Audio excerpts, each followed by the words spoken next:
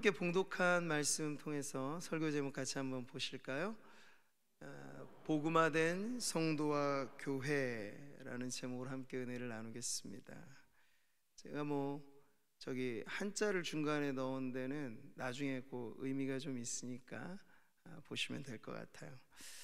자, 한번 따라해 보실까요? 도전하는 인생이 아름답다. 여러분의 인생이 아름다우시기를 바랍니다. 고로 도전하십시오. 근데 무슨 도전을 할까요? 도전 중에 다 가치 있고 의미 있는 도전은 아니거든요. 무모한 도전도 많습니다. 무가치한 도전도 있습니다. 그 중에 정말 가치 있는 도전이 있다면 감사에 도전하는 것입니다.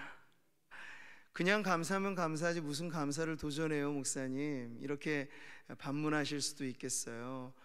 예수님 믿는 사람, 믿지 않는 사람 할 것 없이 좋은 일 있으면 다 감사하는 거잖아요. 그래서 이것은 도전해야 될 감사는 그냥 하는 감사가 아닌 거죠. 우리가 살면서 이 코로나 시기가 보이지 않는 바이러스가 우리의 몸을 공격하는 것만이 아니고 우리의 마음이 많이 황폐해졌어요. 그 증상 중에 하나가 감사가 메말라진다는 거죠. 잊혀진 감사들이 참 많아요. 묻혀있는 감사들도 있고요. 그래서 우리가 감사에 도전한다는 건 까먹었던 내용들을 다시 들추어내는 거야.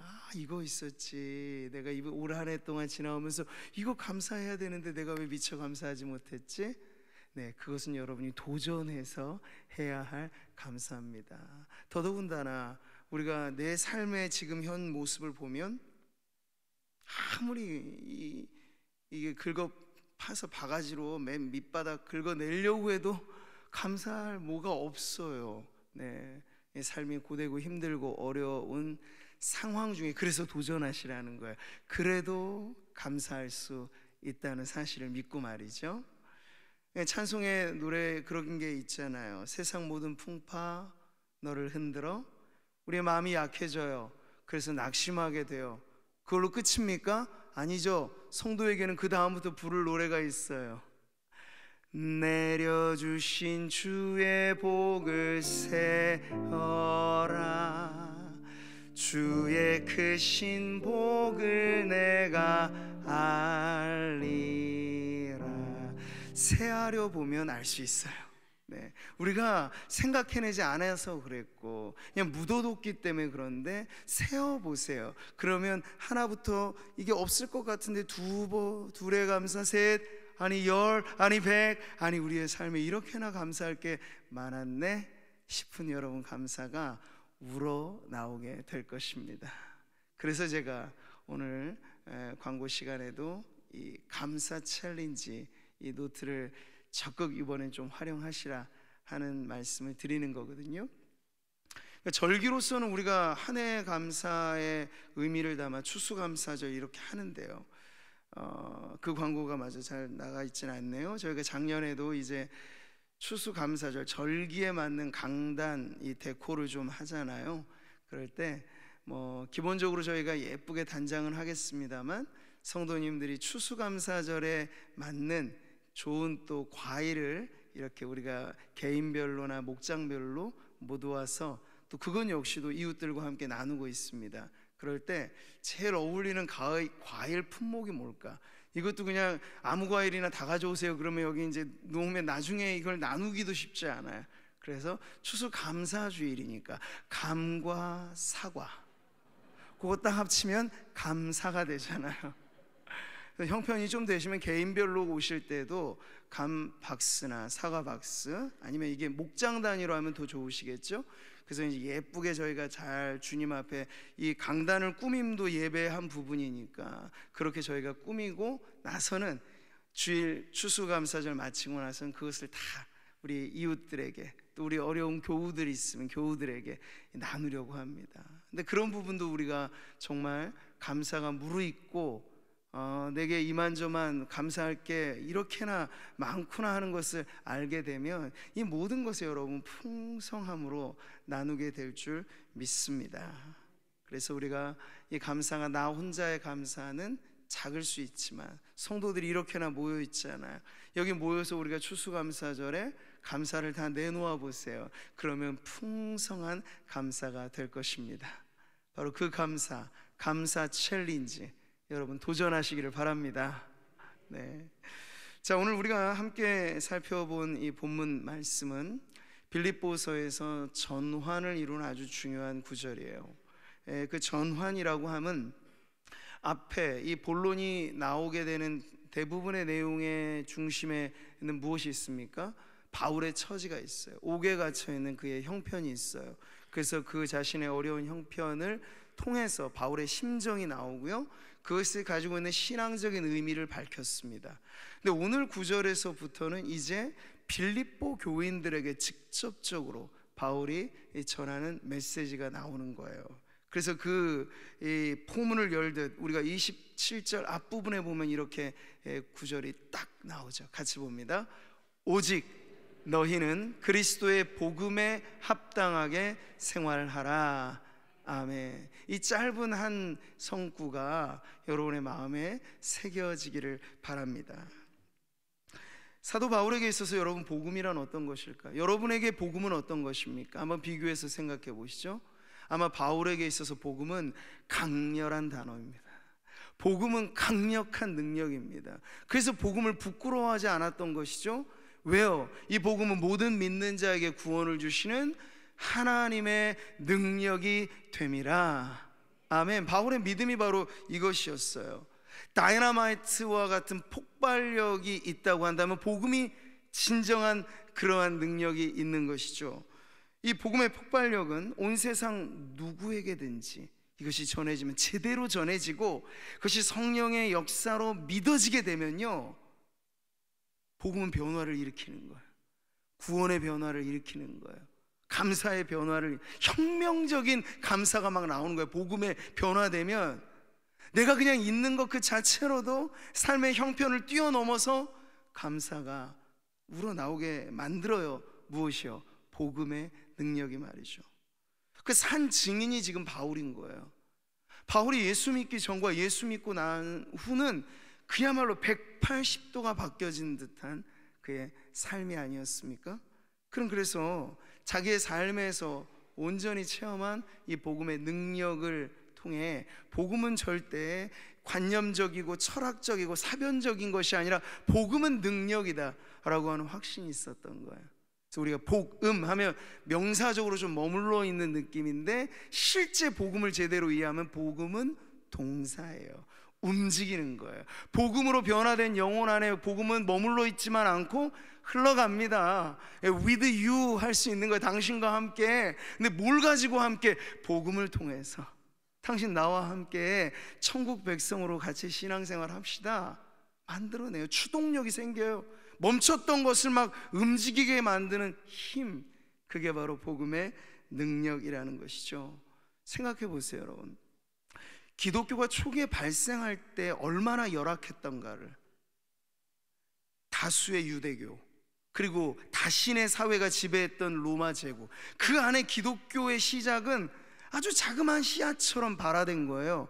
120명이 모여가지고 이제 교회를 시작하는 그 시작을 우리가 생각해 보면, 누가 짓밟기라도 하면 이게 다 죽어버릴 것 같은 연약한 모습인데 어떻게 그 짧은 시간 안에 로마 제국을 뒤집어 놓을 수 있었던 걸까요? 복음이 말이죠.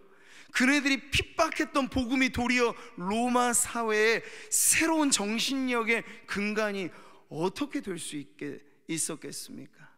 복음이 살아 운동력 있는 하나님의 능력이 되기 때문에 그렇습니다.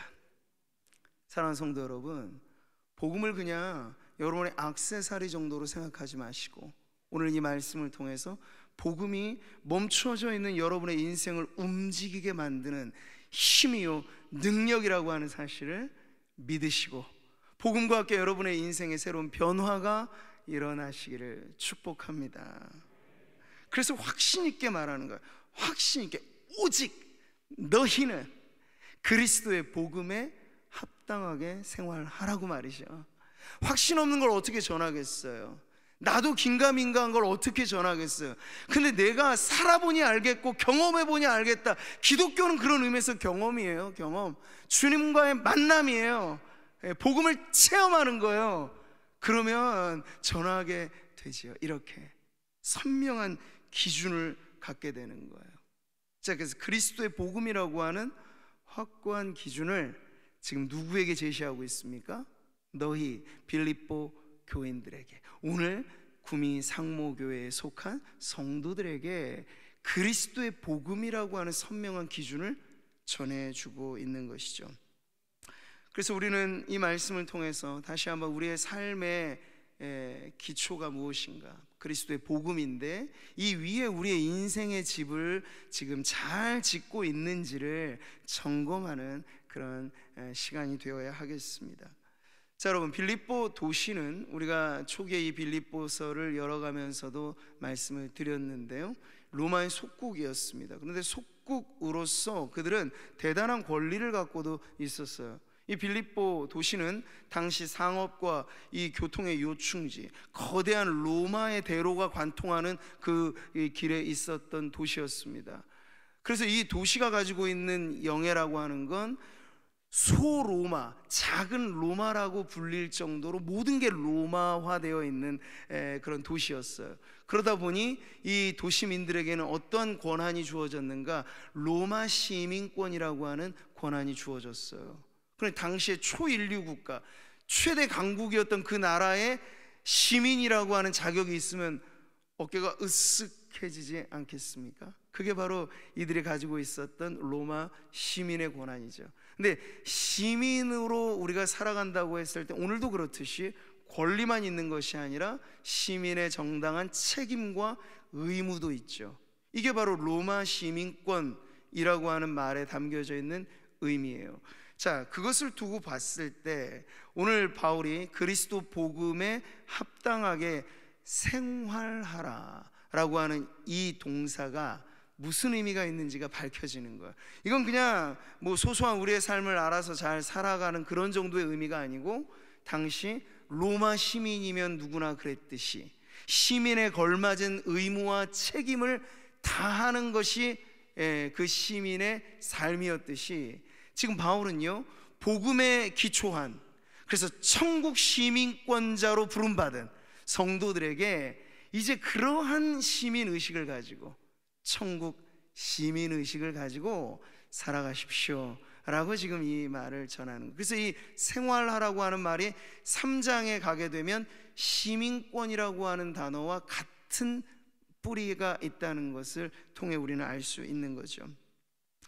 자, 천국 시민답게 살아가십시오 라고 하는 이 말이 다소 좀 피상적으로 너무 넓게 여겨지게 될까봐 바울은 거기에 하나 더 부사를 붙여서 설명하고 있죠.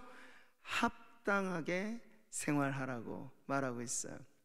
이 합당하다라고 하는 말도 당시의 이 문맥에서 보면 사람들이 어떤 격식 있는 자리에 갈 때 옷을 입잖아요. 제가 주일에 그래도 설교하는 목사이기 때문에 집에 있던 옷 입고 오진 않잖아요. 예배에 걸맞은 옷을 입고 있잖아요.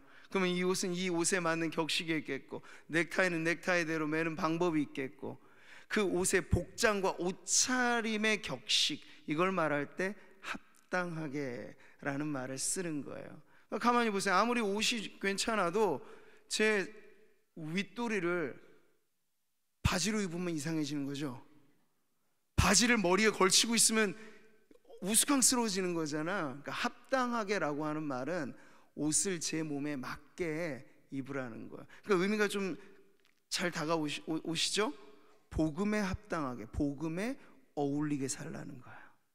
복음에 걸맞게 살라는 거야.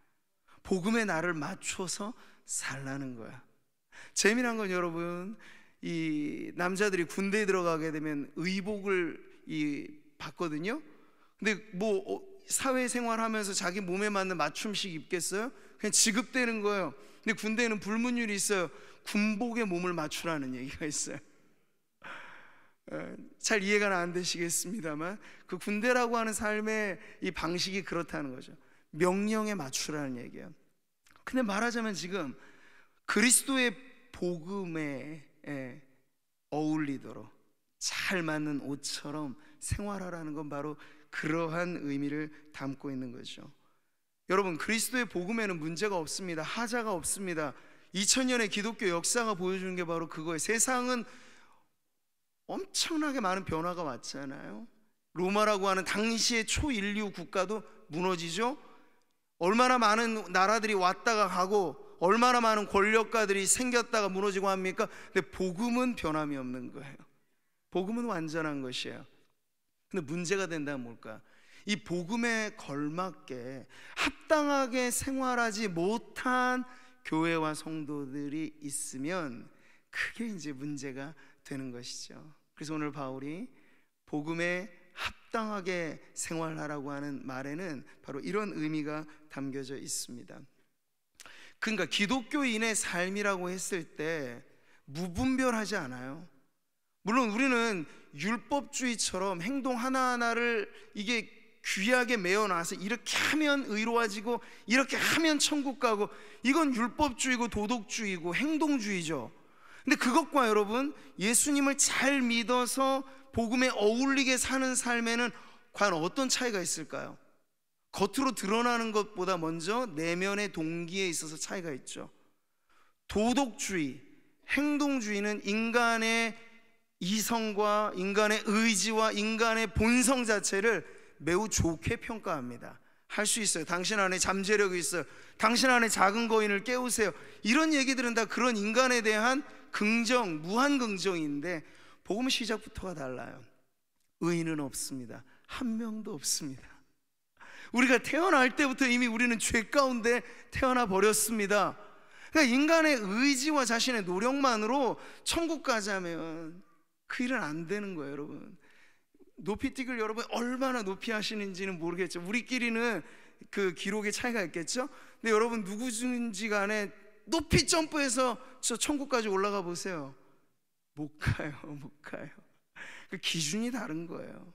그래서 우리가 복음을 제대로 이해해야 하겠는데, 이 복음이라고 하는 것은 전혀 가능성 없는 인생들에게 완전히 충족할 만한 조건이 있으니 그게 바로 우리를 위해 피 흘리신, 내 죄를 대속하신 예수 그리스도를 믿으라는 게 가장 첫 번째 복음의 외침인 거예요. 그러니까 그 믿음을 갖고 이제 변화됐어요. 그러면 우리 안에 무엇이 들어옵니까? 새로운 능력이 들어오는 거예요. 영생이 생기고 그리스도 예수 안에 성령이 함께 하시고 하니까 이제 복음 이후의 삶을 걸맞게 사십시오, 합당하게 사십시오 라고 하는 건 차원이 다른 이야기가 되는 것이죠. 그래서 겉보기에는 딱 절도 있고 절제 있고 아름답고 향기롭고 정말 흠이 없어 보이는 그 성도의 모습이 우리가 이상적으로 찾아야 될 구원받은 성도의 모습인데, 그 안에 내면에는 이게 자기 자랑이 아니고 자기 영광이 아니고 여전히 나로 말할 것 같으면 죄인 중에 괴수라고 하는 겸손한 고백이 있고, 하면서도 겉으로 살아가는 삶에는 죄인 중에 괴수처럼 누가 삽니까? 아니잖아요.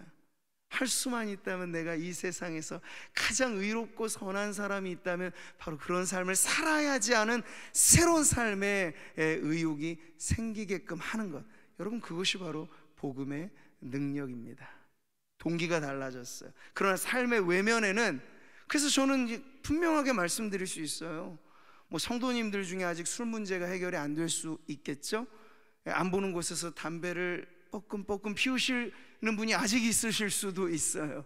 근데 그거 가지고 제가 구원의 문제로 그걸 대입하면 안 된다고는 확실하죠. 근데 만약 당신이 예수님을 믿은 그리스도인이라면 한번 스스로 생각해 보세요. 그게 복음에 합당한 삶일까를. 일반 세상 사람들도 인정하지 않는 걸 우리가 나는 구원받아서 난 자유로워 하니까 난 술 마시고 담배 펴도 난 천국 갈 수 있어. 근데 여러분 그렇게 담대하게 말하는 그것이 과연 복음의 정신에 합당한지를 물어보라는 거예요. 그럼 우리의 양심도 우리의 기준도 이 모든 것이 그게 아니라고 하는 것은 알 수 있죠.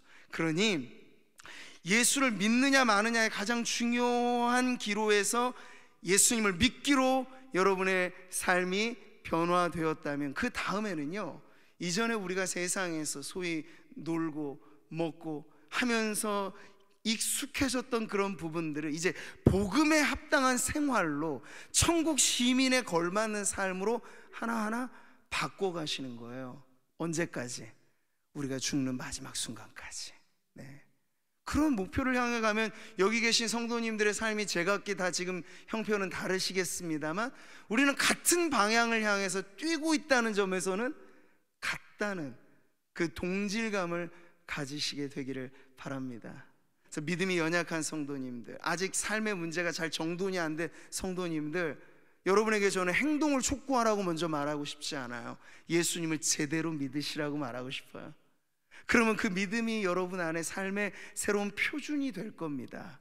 그러면 여러분의 삶에 못 고쳤던 습관들, 안 고쳐지는 옛 사람의 모습들, 여러분 능력으로는 안 되지만 복음의 능력이면 변화될 줄 믿습니다. 네, 그 방향으로 가시라는 얘기예요. 천국 시민다운 삶의 변화라고 하는 건 바로 이렇게 복음에 부합한 그런 삶으로 신앙과 생활이 떨어지면 안 된다는 거. 제가 부산에서 몇 년간 살아보니까 부산에 따로국밥이 아주 유명해요. 돼지국밥도 유명하고, 그 따로국밥은 드실 때는 좋지만 여러분의 신앙이 따로국밥이 되면 아니 됩니다. 신앙은 언제나 생활화돼야 돼요. 신앙생활, 아니면 바꿔서 말해도 돼요. 생활신앙. 우리가 삶의 곳곳에 모든 것에 스며들어야 하는 것이 복음이고, 그래서 성도의 삶은 복음으로 변화되었고 복음으로 변화되어지고 있으며 복음으로 우리는 완전히 변화될 줄 믿습니다. 이게 복음화라는 거예요. 그러니까 어디 저기 낙도와 오지와 먼 선교지에만 복음화란 말을 쓰지 마시고 여러분의 인생의 자리가 복음화 되어야 될 자리라고 하는 것을 믿고 그리스도의 복음에 합당한 생활 성도, 생활 신앙의 성도들 되시기를 주님의 이름으로 축복합니다. 바울은 복음을 통해서 지금 본문을 통해서 그리스도의 복음의 확고한 기준을 성도 개인에게만이 아니라 빌립보 교회라고 하는 공동체에 심어주고 있습니다. 이것은 교회가 다름 아닌 천국 시민자들이 모여있는 천국 시민 공동체라고 하는 걸 알 수 있어요. 그러니 성도 한 개인에게 적용되어지는 복음의 윤리가 교회에게는 적용 안 될까요? 아니요, 더 확실히 적용이 돼야 되죠. 네. 되게 그렇습니다. 사실은 거룩은 전염되기가 쉽지 않아요. 죄는 전파력이 세고요. 그래서 우리가 복음의 능력이 강한 공동체가 되면 모여도 수준이 낮아지지 않아요. 근데 복음의 능력이 약하면 성도 개개인으로는 좋은 신앙을 갖고 있는 분이 있는데 모이고 나면 수준이 떨어지게 되는 거예요. 근데 어떤 방향으로 우리가 가야 되겠습니까? 교회로 모일 때 오히려 더 강력해지는 복음의 공동체가 되어야 될 줄 믿습니다. 수준이 낮아지는 게 아니라 더 높아져야 한다는 거죠. 그러기 위해서는 교회도 변함없어요. 복음화 되어야 한다는 점에 있어서는 동일한 요청이 우리에게 있는 것입니다. 자, 27, 28절을 다시 한번 보시죠. 이는 내가 너희에게 가보나 떠나 있으나 너희가 한 마음으로 서서 한 뜻으로 복음의 신앙을 위하여 협력하는 것과 무슨 일에든지 대적하는 자들 때문에 두려워하지 아니하는 이 일을 듣고자 함이라. 바울이 듣고 싶었어요. 멀리서라도 빌립보 교회 하면 좋은 소식이 있기를 듣고 싶었던 거죠. 우리로 말하자면 여러분의 생활 속에 살아가실 때 어디선가 누군가 구미 상모교회가 이런 교회래 라고 하는 걸 우리가 살짝 들었는데, 그럴 때 교회에 대해서 안 좋은 소리가 들린다면 기분이 좋으시겠어요?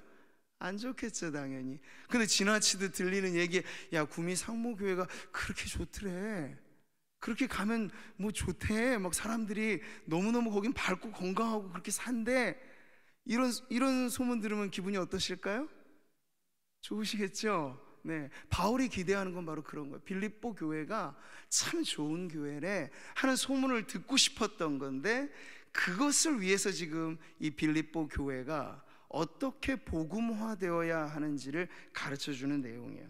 자, 이 교회다움에 대해서 가르칠 때 그 1세기 사람들이면 누구나 이해할 만한 친근한 단어로 지금 바울은 그 의미를 설명해 주고 있어요.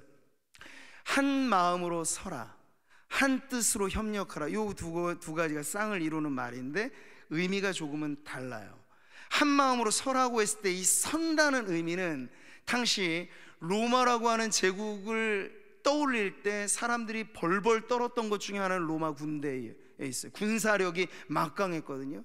그래서 어느 나라를 침투해 들어가면 로마의 군대가 완전히 장악할 만한 군사력을 가졌기 때문에 이 로마 제국이 확장되었던 거죠. 근데 로마 군대가 싸우는 방법 중에 하나는 뭐 우리가 헐리우드 영화에서는 람보식으로 혼자 막 들어가서 기관탄 막 쏘면서 혼자 다 해요.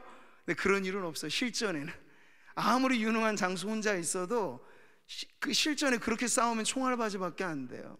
실전의 전법은 다르고 어떻게 싸우는가. 로마 군인은 이 오열을 정확하게 갖추어서 빈틈 하나 없을 만큼 방패를 맞대서 적진을 향해 나아갈 때 멀리서 보면 거대한 군사의 무리가 오합지졸식으로 떨어져 있는 것이 아니라 마치 한 사람인 것처럼 한 덩어리를 이루도록 틈이 없이 메워서 전진해가는 그 전법이 로마 군대의 모습이었다면, 지금 바울은요, 십자가 군병된 그리스도인들, 그들의 공동체인 교회가 한 마음으로 서라는 거예요. 빈틈없이 여러분 서로의 이 동료인 교우들을 마치 전우처럼 생각하고, 적진을 향하여 나갈 때 혼자 독고다이식으로 하지 말고 같이 어깨를 맞춰서 오하열을 맞추어서 지휘관의 명령, 그리스도의 명령을 따라 그렇게 일사불란하게 움직이는 군대처럼 서라 하는 의미가 바로 한 마음으로 서십시오 하는 이 단어에 나오는 뜻이에요. 그런 여러분, 이 교회라고 하는 것이 복음화된다고 했을 때 한 덩어리를 이룬다. 이게 지금 너무나 중요한 거예요. 오늘의 시대엔 더 중요하죠. 오늘날에는 성경은 가르치지도 않은 개인주의 신앙이 난무하고 있습니다. 우리는 예수 믿기로 거듭난 순간부터 이미 예수를 믿어왔던 믿음의 형제자매들과 합하여지는 거예요. 그게 신앙의 의미예요. 결혼도 혼자는 불가능하죠. 신앙생활도 혼자는 안 돼요. 함께 모여 한 공동체를 이루라고 주님은 말씀하세요.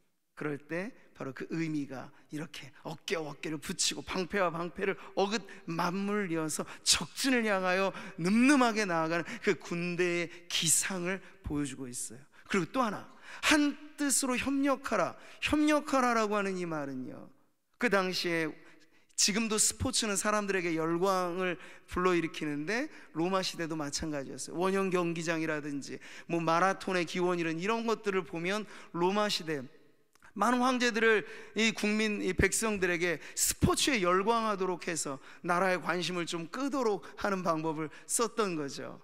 그랬을 때 여러분, 이 스포츠 경기는 혼자 출전하는 경기도 물론 있겠지만 대부분이 팀으로 싸웁니다. 네. 우리가 요즘 경기로 말하면 축구니 야구니 농구니 인기 있는 종목들 다 개인전이 아니잖아요. 단체전이잖아요.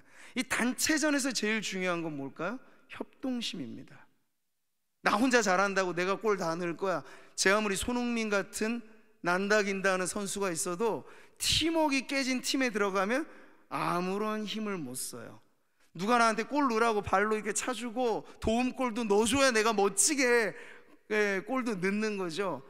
스포츠 경기의 원리가 그런 팀워크, 팀 스피릿, 하나의 정신으로 모아지는 것처럼 성도들에게 지금 한 뜻으로 협력하십시오 하는 것도 바로 이러한 의미를 담고 있다는 거예요. 그래서 로마 군대의 모습, 당시 운동 경기의 모습에 빗대어서 바울은 교회 성도들이 싸우되 적진을 향해서 우리가 영적 전투를 수행하되 혼자 하지 마십시오. 교회가 여기 있으니 함께 나아가십시오. 이렇게 말하는 거야. 여러분이 하나님의 나라의 멋진 스타 플레이어들, 선수들이 되기를 바라는데 혼자 날뛰지 마시고 함께 협동하십시오. 그래서 아름다운 팀워크를 이루어서 더 멋지게 하나님 나라를 빛내십시오. 이게 바로 교회에 주는 복음에 합당하게 생활하는 성도들이 모인 공동체, 복음화된 교회의 모습이라고 가르쳐주고 있는 것입니다. 이런 교회가 될 때 여러분, 교회 안에 이 심장의 박동은 매우 강하게 뛸 수 있어요. 그걸 담대함이라고 말하는 거죠. 예나 지금이나 교회는 늘 사실 핍박과 환난 가운데 자라왔습니다. 1세기의 교인들의 형편으로 말하면 우리하고는 비교할 수 없이 어려운 형편이었다 하겠죠. 근데 그들은 쭉쭉 자라나는 거예요. 그 어려운 환경을 핑계 삼지 않고 오히려 그걸 딛고 일어나서 강력하게 자라갔죠. 근데 지금 우리는 어떻습니까? 아무리 교회가 지금 많이 곤두박질 친다고 해도 지금 우리는 예수 믿는다라고 말했을 때 누가 핍박하나요? 그런 일은 거의 막 없을 겁니다. 근데 그것이 중요하지 않다는 거야. 정말 중요한 건 뭘까요? 우리를 둘러싸고 있는 이 환경이 어려운 환경이냐 힘든 환경이냐 그게 아니고 우리 안에 뛰는 그 심장이 얼마나 강력하게 복음으로 지금 뛰고 있느냐, 이게 더 중요하다는 거야. 담대한 마음. 여러분에게 아무리 좋은 최고급의 화력을 가지고 있는 무기를 줘도 군인 정신이 없는 군사들에게는 그건 다 폼에 지나지 않아요. 지금 우리가 좀 그런 모습들이 오늘 현대교회가 갖고 있지 않나 싶어요. 옛날 성도들로 비하면 갖고 있지 못한 무수히 많은 것들을 우리는 갖고는 있거든요. 근데 이걸 쓸 줄 몰라요. 복음의 화력이 없다는 게 문제죠. 복음 똑같이 두 글자가 우리에게도 새겨져 있는데 복음의 화력이 없다는 게 문제예요. 근데 액면 그대로의 복음은 처음도 그렇고 지금도 우리가 결론에서도 확인하는 건 강력한 능력이 있다는 걸 여러분 꼭 믿으시기를 바랍니다. 그러니까 복음의 문제가 없다면 지금 내 삶에 문제가 있는 거예요. 그럼 뭘 바꿔야 돼요, 여러분? 복음을 바꾸시게요? 천만의 말씀이요. 그러면 안 돼요. 복음에 물 타면 안 돼요. 복음을 세속화시키면 안 돼요. 복음은 지킬 때가 가장 강력한 것입니다. 문제가 있다면 왜 안 되지? 왜 안 되지? 내가 지금 복음에 합당하게 생활하지 못하고 있구나. 우리 교회가 아직 복음화되어지는 면에는 부족한 부분이 있구나 하는 걸 빨리 점검해서 복음에 나를 맞춰야 돼요. 복음에 우리 교회를 맞춰야 해요. 할렐루야. 제가 122년의 역사를 담고 있는 교회를 담임하다 보니까 참 좋은 점은 어지간해서 제 옆에 동료분들이 교회 역사 자랑할 때 제가 꿀리지가 않아요. 뭐 키껏 자랑해야 50년, 70년인데 122년 된 교회니까 저는 좀 그런 점에서 마음이 아주 부요합니다. 근데 제가 이 말씀을 드리는 이유는 뭐냐면 생각보다 빨리 사람들은 자기 전통을 만들더라고요. 아니 태생한 지 10년도 안 되는 교회가 너무 완고한 전통이 생긴 거예요. 그 전통의 출처가 뭐냐니까 어떤 한 사람으로부터 기인하는 거죠. 그리스도가 아니라 복음이 아니라 우리가 만들어낸 우리만의 전통이 법이 되는 거예요. 복음 위에 서 있는 거예요. 안 돼요, 여러분. 그렇게 경직되면 주님이 우리를 들어 쓰시려고 해도 편안한 장인의 손에 들린 도구는 새 것이냐 옛 것이냐가 아니고 손에 얼만큼 편안하게 들려지느냐가 관건이 되죠. 복음에 합당하게 생활하고 복음화된 교회가 된다는 건 주님의 손에 편안하게 들린다는 거예요. 저는 우리 교회가 그리고 이 예배하는 자리에 있는 성도님들이 주님의 손에 편안하게 들린 도구로 살아가시기를 축복합니다. 그러면 여러분 120% 쓰임받는 인생이 될 거예요. 자, 이제 결론에서 여러분 복음화 된 성도와 교회라고 하는 것, 우리는 여기서 교회와 성도의 청사진을 보게 됩니다. 거듭 말씀드리지만 복음화라고 하는 말, 이제 마지막 결론은 그거예요. 선교지에만 적용해서는 안 될 말, 내 삶에 적용해야 할 말. 나는 복음으로 시작해서 지금 복음으로 변화되고 있는가? 그럼 얼마만큼 변화되었을까? 복음이라고 하는 멋진 옷을 주님은 나에게 입혀주셨는데 내가 지금 그것을 제대로 잘 입고는 있는가? 아니면 혹시나 나는 우스꽝스럽게 지금 복음을 걸치고 있는 건 아닌가? 돌아보시라는 거예요. 제가 동양 고전 중에 한 권인 이 중용이란 책을 읽으면서 아주 빼어난 문장에 사실은 오래 음미해 보기도 했어요. 이 중용하면 어느 영화에서도 인용된 명문장이 중용 23장에 나오는 말인데, 제가 이제 그 한자를 왜 썼는지를 여기서 보여드리고 싶은 거예요. 복음화된다, 될 화, 변화될 화의 의미가 그냥 오뚜기 3분 짜장식, 제가 특정 브랜드를 말씀드렸나요? 뭐 그렇게 간편 요리식으로 변하는 게 아니라는 걸 말씀드리고 싶어요. 이 중용 23장이 빼어난 문장인 걸, 물론 이거 성경에 버금가는 건 절대 아니지만 우리의 인생에 살아가는 삶의 어떤 지혜와 교양을 가르쳐 주는 데는 손색 없을 만한 아주 좋은 문장이에요. 한번 보시겠어요, 여러분? 여기 보면 기차 치곡이라 말을 합니다. 치곡, 이 말을 이제 옆에는 의역한 표현이에요. 작은 일에도 최선을 다하라, 이런 말로 의역을 할 수 있어요. 치곡.